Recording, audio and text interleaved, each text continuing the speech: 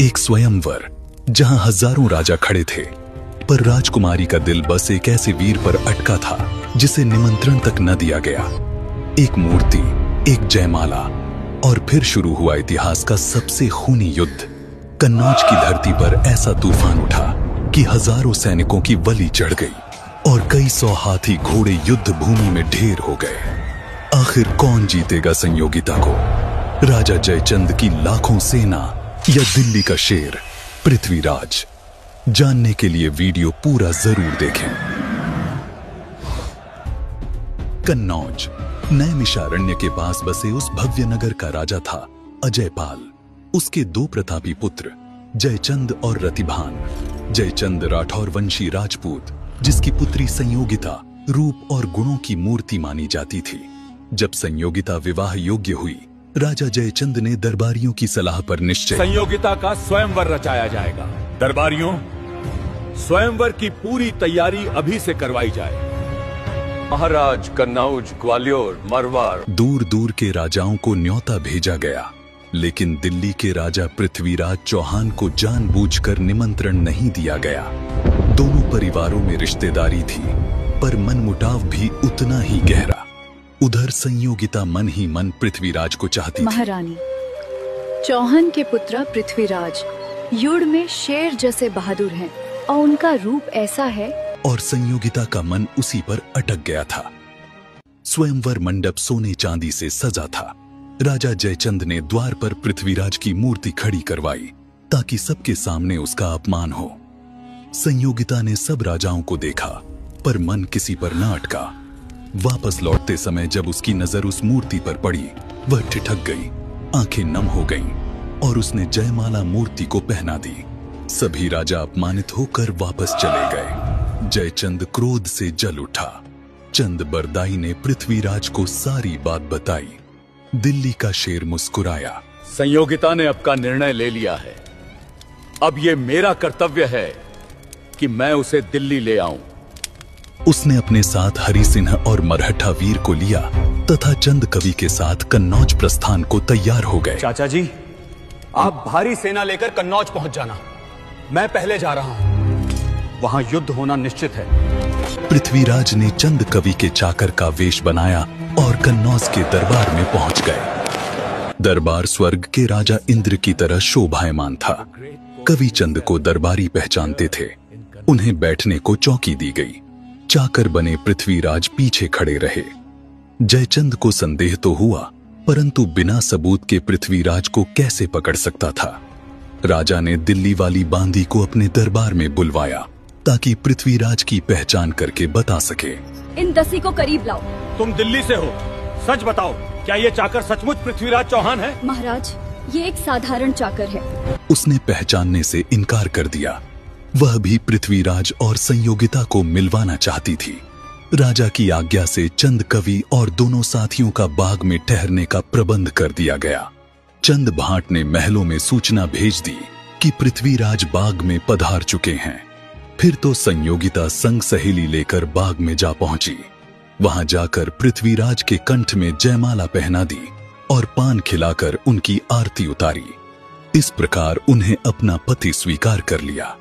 पृथ्वीराज ने राजकुमारी को दिल्ली ले चलकर विवाह रचाने का आश्वासन दिया। प्रेमपूर्ण भरोसा पाकर वह महलों को लौट गई, परंतु राजा जयचंद को पृथ्वीराज के बाग में उपस्थित होने की सूचना मिल गई। राजा ने मोतियों का थाल सजाया और 30 हाथी, 200 घोड़े लेकर बाग को रवाना हो गए। चंद भाट ने संकेत किया, पृथ्वीराज खड़े हो गए। उन्होंने पान का बीड़ा जयचंद राजा को पकड़ाया और हाथ जोर से दबा दिया। भेंट तो चंद कवि को पकड़ा दी, परंतु उन्हें विश्वास हो गया कि चंद के साथ चाकर नहीं, स्वयं पृथ्वीराज ही है। राजा के वापस लौटते ही पृथ्वीराज और चंद बाग से निकल गए और कन्नौज से 3 कोस दूर जाकर डेरा जमा लिया। चाचा कान्ह कुमार को पत्र लिखा कि तुरंत भारी सेना लेकर आ जाओ। पत्रवाहक तुरंत दिल्ली चला गया। कान्ह भी सेना सहित तुरंत चल दिए और 3 दिन में कन्नौज पहुंच गए। इधर पृथ्वीराज ने अपना घोड़ा तैयार किया और महल के पास नदी के किनारे जा पहुंचे। वहां मछलियों को दाना डालने लगे। संयोगिता भी मछलियों को चुगाने के लिए थाल में मोती लेकर पहुंच गई। उसने कहा, प्राणनाथ प्रभु, आपके पास छोटी सी सेना है, आप कन्नौज की सेना को कैसे हराएंगे? एहलिए, मुझे अगवा कर लीजिए। चिंता मत करो, हमारी फौज 4 घंटे में पहुंच जाएगी। चुरा कर नहीं, हम तुम्हें जीत कर दिल्ली ले जाएंगे। उधर कन्नौज में राजा जयचंद ने लंगरी राय नामक सेनापति को आदेश दिया। सेना के सभी अंग तैयार होने लगे। हरि सिंह बोले, राजकुमारी का डोला सजाकर रणखेत में रख दिया जाए। जो जीतेगा वही इसे ले जाएगा। डोले की बात भूल जाओ, अब यहाँ से जीवित बचकर ही नहीं जा सकोगे। इसी के साथ दोनों की सेना आगे बढ़ी। हाथी, घोड़े और पैदल अपने अपने सामने वाले सैनिकों से भिड़ गए। दिल्ली के सैनिक दोनों हाथों से तलवार चला रहे थे। कन्नौज के सिपाही पीछे हटने लगे तो लंगरी राय ने उन्हें ललकारा, युद्ध में मर जाओगे तो तुम्हारा नाम होगा, और यदि चारपाई पर पड़े ही मृत्यु हो गई तो कोई नहीं पूछेगा। लंगरी राय का ही साथी धीरज सिंह आगे बढ़ा और हरि सिंह से युद्ध करने लगा। धीरज सिंह की तलवार का वार हरि सिंह ने अपनी ढाल पर झेल लिया। चौथी बार जो उसने जोरदार वार किया तो तलवार की केवल मूठ हाथ में रह गई। इसके पश्चात हरि सिंह ने जवाबी वार किया। धीरज ने ढाल तो अड़ाई, परंतु गैंडे की खाल वाली ढाल ही फट गई। धीरज सिंह का सिर कटकर दूर जा पड़ा। खून के फव्वारे के साथ उसका धड़ रणभूमि में गिर पड़ा। शाम होते ही युद्ध रोक दिया गया। उन दिनों रात में युद्ध न करने की प्रथा थी। अगले दिन प्रातः जयचंद राजा ने लंगरी राय को आदेश दिया और संयोगिता का डोला सजाकर रणखेत में रखवा दिया गया। ऐलान कर दिया गया, जो जीतेगा वह डोला ले जाएगा। हमा और जमा नाम के 2 मजदूर डोला लेकर आए। राजकुमारी को सजाकर उसमें बिठाया गया। डोला मैदान में रख दिया गया। पृथ्वीराज को भी सूचना मिल गई। दोनों ओर के सैनिक डोले के पास रण को जीतने पहुंच गए। लंगरी राय ने ललकार कर कहा, किसमें दाम है जो डोले को हाथ भी लगा सके?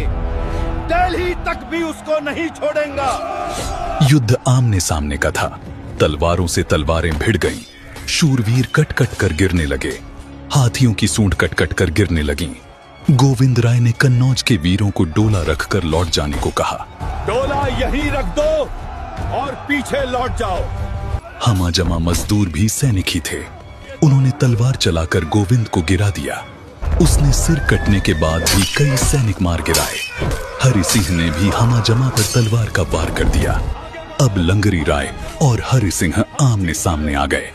तब हाथी सवार हरि सिंह ने तलवार का जोरदार वार किया और लंगरी राय रणभूमि में गिर गया। राजा जयचंद को लंगरी राय की मृत्यु का समाचार मिला। राजा जयचंद को लंगरी राय की मृत्यु का समाचार मिला तो वह चिंता में पड़ गया। कन्नौज के 4 सेनानायक बलि चढ़ गए थे, जबकि दिल्ली के 3 सेनापति युद्ध में काम आए थे। फिर तो जयचंद स्वयं समर में कूद पड़ा। उसने सैनिकों का मनोबल बढ़ाते हुए कहा, वीरो वीरो, तुमने हमारा नमक खाया है, अब उसे हलाल करने का समय आ गया है। डोला दिल्ली किसी भी कीमत पर नहीं जाना चाहिए। राजा जयचंद युद्ध में उतरे तो उधर पृथ्वीराज ने कान्हा देव चाचा को युद्ध में उतार दिया। जयचंद और कान्हा देव की सेना जबरदस्त युद्ध करने लगी। इधर पृथ्वीराज ने डोला दिल्ली की ओर आगे बढ़वा दिया तथा जीत का डंका बजवा दिया। 50 कोस तक संयोगिता का डोला आगे बढ़ गया। सौरों शूकर खेत के मैदान में पहुंचा तो जयचंद फिर वहां पहुंच गया। उसने कहा, अगर तुमने डोली जीत कर ली होती तो मैं तुम्हें वीर मानता। तुम डोली चुराकर भाग रहे हो। पृथ्वीराज ने डोला फिर खेत में रख दिया और पुनः युद्ध शुरू हो गया। कोई कटार चला रहा है तो कोई भाला मार रहा है। कोई कोटा बूंदी की तलवार से वार कर रहा है तो कोई भारी सांग उठाकर फेंक रहा है। तब जयचंद बोले, मित्रों, समय सादा एक जैसा नहीं रहता। करेले की बेल पर हमेशा फाल नहीं लगते। पत्ता पेड़ से टूटकर फिर उस डाल पर नहीं लग पाता। मनुष्य की योनि बार बार बार नहीं मिलती। लड़ते हुए युद्ध में प्राण चले जाएंगे तो आपकी कीर्ति युगों तक गाई जाएगी। कन्नौज के वीरों ने राजा की बात सुनी तो भयंकर मार काट मचा दी। अपना पराया कुछ न देखते हुए तलवारें चलाना शुरू कर दिया। उधर दिल्ली वाले वीर भी दोनों हाथों में तलवारें लेकर चलाने लगे। जुनव्वी और गुजराती तलवारें खटखट आवाज के साथ चल रही थीं। रक्त की नदियां बहने लगीं। सौरों क्षेत्र में भयंकर युद्ध हुआ। जयचंद की लाखों सेना समर भूमि में कटकर गिर गई। डोला तब तक 8 कोस और आगे बढ़ गया। पृथ्वीराज जंग जीत गए। तब तक जयचंद के भाई रतिभानु के पास समाचार पहुंच गया कि संयोगिता का डोला पृथ्वीराज बलपूर्वक ले गया। वह भी तुरंत सेना सहित युद्ध भूमि में आ पहुंचा। रतिभान भी अपनी हाथी, घोड़ों और पैदल सेना लेकर पहुंचा। रतिभान जब अपने हाथी पर सवार होने लगा तो अपशकुन हुआ। किसी बुजुर्ग ने टोका कि अपशकुन हो गया, कुछ समय रुककर प्रस्थान करना। रतिभान ने कहा, पंडित जी, मैं क्षत्रिय हूं, हमारे अपशकुन का कोई महत्व नहीं। क्षत्रिय का तो धर्म यही है कि दांव लगे तो चुके नहीं। रतिभान ने जाकर डोला रोक लिया। मुकुंद ठाकुर डोला के रक्षक ने कहा कि डोला तो अब दिल्ली जाकर ही रुकेगा। तब रतिभान ने भी वही बात कही। तो सुन लो, डोला यहीं खेत में रख दो। आगे जो भी निर्णय होना है वो इसी भूमि पर होगा। तो सुन लो, डोला यहीं खेत में रख दो। आगे जो भी निर्णय होना है वो इसी भूमि पर होगा। डोला अब दिल्ली पहुंचकर ही रुकेगा, तो डोले को यहीं खेत में रख दो। आगे क्या होना है उसका निर्णय यहीं होगा। मुकुंद ठाकुर ने ललकार स्वीकार की। डोला खेत में रख दिया और दोनों दलों में भारी युद्ध शुरू हो गया। मुकुंद ठाकुर ने भाला चलाया, परंतु रतिभान ने वार को बचा लिया। फिर मुकुंद ने तलवार खींच ली और चेहरे पर वार किया। ढाल से वार रोक लिया गया। इधर तलवार टूट गई। ठाकुर ने सोचा, जिस तलवार से हाथियों के सूंड काटे, घोड़ों के पांव काट डाले, आज वह धोखा दे गई। फिर रतिभान ने पलटकर वार किया। मुकुंद ठाकुर डोले पर ही झूल गए। उनके गिरने से पृथ्वीराज कुछ घबराए। मुकुंद ठाकुर जैसे वीर का इस अवसर पर मारा जाना बहुत दुखद है। पृथ्वीराज की ललकार से दिल्ली के योद्धा फिर डोले पर जूझ पड़े। दिल्ली केवल 8 कोस दूर रह गई थी। रतिभान ने बड़े बड़े शूरवीरों को मार दिया था। पृथ्वीराज को चिंतित देखकर कान्हदेव आगे बढ़े। उन्होंने कहा, मत करो, जब तक शरीर में सांस है मैं अपने कर्तव्य से पीछे नहीं हटूंगा। कहते हुए कान्हदेव ने अपना हाथी आगे बढ़ा दिया। कान्हदेव ने फिर डोला खेत में रखवा लिया। मेरे जीते जी तुम ये डोला वापस नौज नहीं ले जा सकते। और युद्ध होने लगा। रतिभान ने सांग उठाकर मारी। कान्हदेव ने ढाल अड़ा दी और वार बचा लिया। रतिभान ने फिर अपनी तलवार से वार किया। कान्हदेव की ढाल फट गई और मस्तक पर घाव लगा। फिर कान्हदेव ने पृथ्वीराज को चेताया।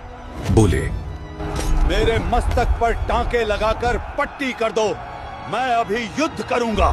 तब पृथ्वीराज ने कमान खींची और तीर चलाया। फिर कान्हदेव रतिभान से जा भिड़े। कान्हदेव की तलवार का वार अब की बार खाली न गया। रतिभान का शरीर निष्प्राण होकर गिर गया। तब तक डोला दिल्ली के मुख्य द्वार पर पहुंच गया। अब चंद कवि, पृथ्वीराज और जयचंद ही जीवित बचे। दोनों तलवार खींचकर झपटने को तैयार थे तो संयोगिता ने डोले से बाहर निकलकर अपने पिता जयचंद से हाथ जोड़कर विनती की। अब बहुत हो चुका। बहुत हो चुका। राजा पृथ्वीराज मेरे स्वामी हैं। इन पर हाथ उठाना मुझे विधवा बनाना है। जयचंद रुक गया तो संयोगिता ने पृथ्वीराज से भी विनती की। मेरे पिता पर भी अब वार मत करो। डोला दिल्ली पहुंच गया। अब आप इन्हें कन्नौज लौट जाने दें। राजा जयचंद कन्नौज के लिए वापस चल पड़े। संयोगिता का डोला महल में उतर गया। राजमहल में संयोगिता का भव्य स्वागत किया गया। यदि संयोगिता यही विनती अपने पिता से पहले कर देती तो इतने वीर व्यर्थ न गिरते, इतने परिवार उजड़ते नहीं। वो जमाना ही शान दिखाने का था। उन्हें जनता के दुख दर्द की कोई परवाह नहीं होती थी।